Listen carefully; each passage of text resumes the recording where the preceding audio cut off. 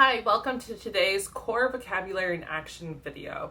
The core vocabulary word that we'll be targeting in this video is who. Who is an interrogative pronoun or question word. Now let's find who on our AAC systems. On the Word Power 60 Basic Vocabulary on the TouchChat app from Satillo, who. On the LAMP Words for Life 84 Full Vocabulary from PRC, who. On Snap Core First from Toby Didevox, who. Now let's use the word who for different functions of communication.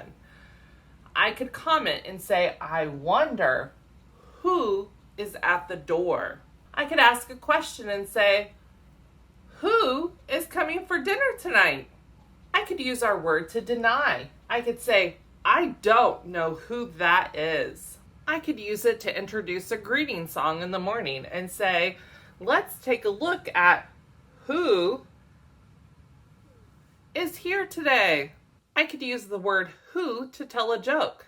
I could say, knock, knock. Who's there? Orange. Orange. Who? Aren't you glad to see me? I could use the word who to tease. I could say, I bet you don't know who is on the phone. I could use the word who to relay past and future events. I could say, do you want to know who came to my house this weekend?